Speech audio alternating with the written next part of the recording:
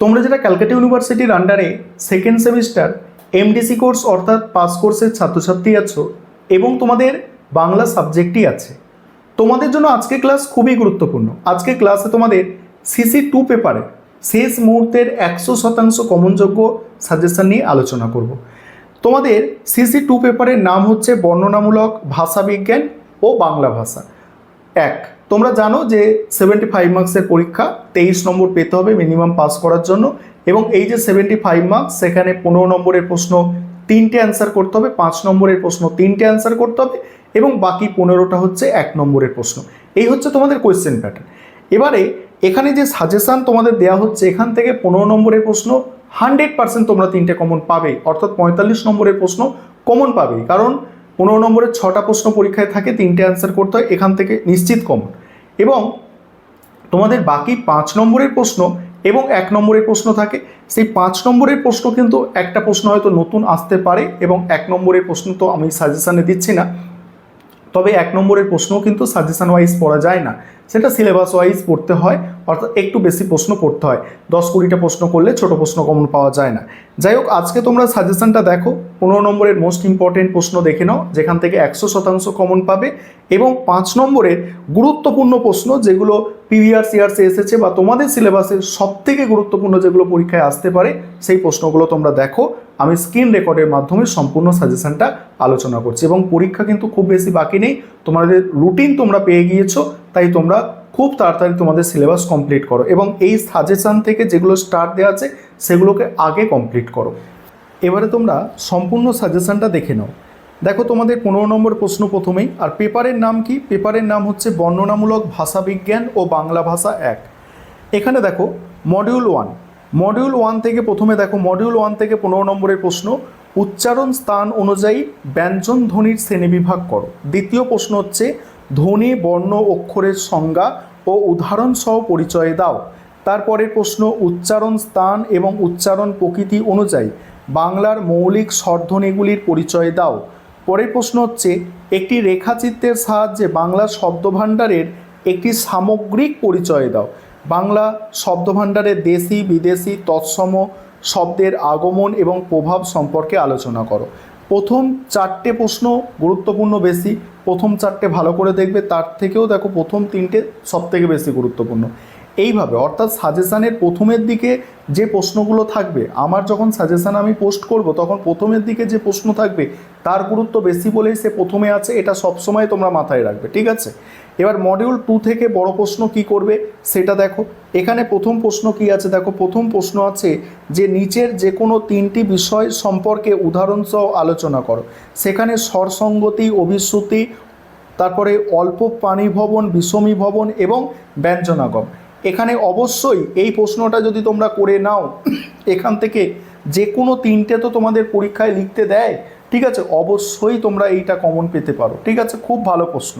তারপরের প্রশ্ন ভাষা উপভাষার মধ্যে পার্থক্য, বাংলা আঞ্চলিক উপভাষা কত রকমের স্থান উল্লেখ করে বলো।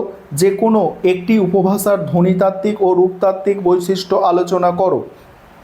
তারপরে আছে বাংলা শব্দার্থ পরিবর্তনের ধারা কয়টি ও কী কী, শব্দার্থের বিস্তার এবং শব্দার্থের সংকোচন ও শব্দার্থের রূপান্তর সম্পর্কে উদাহরণসহ বিস্তারিত আলোচনা করো। তারপরে প্রশ্ন আছে উপভাষা বলতে কী বোঝো, বাংলা উপভাষার কয়টি উপভাষা রয়েছে, রাঢ়ী উপভাষার ধ্বনিতাত্ত্বিক ও রূপতাত্ত্বিক বৈশিষ্ট্য লেখো। পরের প্রশ্ন হচ্ছে বাংলা ধ্বনি পরিবর্তনের প্রধান কারণগুলি আলোচনা করো এবং ধ্বনি পরিবর্তনের প্রধান নিয়মগুলির সংক্ষিপ্ত পরিচয় দাও। 3 নম্বর মডিউল থেকে সাজেশান আলোচনা করব, তার আগে একটি বিষয় বলবো, তোমাদের ফ্রি টেলিগ্রাম চ্যানেল আছে, সেখানে তোমরা কিছু নোটস এবং সাজেশান সম্পূর্ণ ফ্রি পিডিএফ পাবে। এবং টেলিগ্রাম চ্যানেলে জয়েন হওয়ার জন্য কি করতে হবে, তোমাদের এই যে ভিডিওটা তোমরা দেখছো এর প্রথম কমেন্টে লিঙ্ক দেওয়া থাকবে, সেখান থেকে তোমরা জয়েন হতে পারবে। এবং তোমরা যদি স্পেশালি আমাদের স্টাডি মেটেরিয়াল পারচেস করতে চাও, অর্থাৎ পিডিএফ নোটস কিনতে চাও, তাহলে তোমরা স্ক্রিনে দেওয়া নম্বরে সরাসরি আমাদের সাথে যোগাযোগ করে তোমরা স্টাডি মেটেরিয়াল অর্থাৎ উন্নত মানের পিডিএফ নোটস তোমরা কিনে নিতে পারো। এবার 3 নম্বর মডিউল দেখো, 3 নম্বর মডিউল থেকে 15 নম্বরের প্রশ্ন। প্রথম প্রশ্ন হচ্ছে বাংলা শব্দ গঠনের প্রক্রিয়া কি কি, শব্দ গঠনে প্রত্যয় উপসর্গের ভূমিকা আলোচনা করো। তারপরে আছে ক্রিয়াপদ কিভাবে গঠিত হয়, ক্রিয়া বিভক্তিগুলোর প্রকার উল্লেখ করে ক্রিয়াপদের গঠন দেখাও। তারপরে হচ্ছে কারক কাকে বলে, কারক কয় প্রকার ও কি কি, যে কোনো দুই প্রকার কারকের দৃষ্টান্তর সহ পরিচয় দাও, যে কোনো দুই প্রকার কারকের দৃষ্টান্ত সহ পরিচয় দাও। নেক্সট হচ্ছে সমাস বলতে কি বোঝো, দৃষ্টান্ত দাও। কর্মধারায় সমাস কাকে বলে, বিভিন্ন প্রকার কর্মধারায় সমাসের দৃষ্টান্তর সহ পরিচয় দাও। বাংলা ব্যাকরণে অনুসর্গ ও বিভক্তির ভূমিকা আলোচনা করো আর উদাহরণসহ কারক নির্ণয়ের পদ্ধতি বুঝিয়ে দাও। তারপরে হচ্ছে 5 নম্বরের প্রশ্ন। 5 নম্বরের প্রশ্ন মডিউল 1 থেকে যেগুলো করবে দেখে নাও। প্রথম প্রশ্ন আছে টিকা, সম্মুখ স্বরধ্বনি। তারপরের প্রশ্ন আছে দেখো টিকা, টিকা লেখো তদ্ভব শব্দ। নেক্সট হচ্ছে মৌলিক স্বরধ্বনি ও যৌগিক স্বরধ্বনির মধ্যে পার্থক্য নির্দেশ করো। তারপর হচ্ছে ধ্বনি বর্ণ অক্ষরের পারস্পরিক সম্পর্ক বিষয়ে সংক্ষেপে আলোচনা করো। নেক্সট অক্ষর কাকে বলে, উদাহরণসহ অক্ষরের বৈশিষ্ট্য আলোচনা করো। তারপরে মডিউল 2 থেকে 5 নম্বরের প্রশ্ন দেখবে। প্রথম প্রশ্ন হচ্ছে নাসিক কি ভবন এবং শতনাসিক কি ভবন কি। তারপরে হচ্ছে টিকা, টিকা লেখো শব্দার্থের বিস্তার ও শব্দার্থের সংকোচন। পরের প্রশ্ন রাঢ়ী ও বঙ্গালী উপভাষার ধ্বনিতাত্ত্বিক পার্থক্যগুলি সংক্ষেপে লেখো। নেক্সট হচ্ছে জোর কলম শব্দ এবং বিপর্যাস্য সম্পর্কে উদাহরণসহ টিকা লেখো। তারপরেও টিকা আছে অভিশ্রুতি অথবা স্বরভক্তি।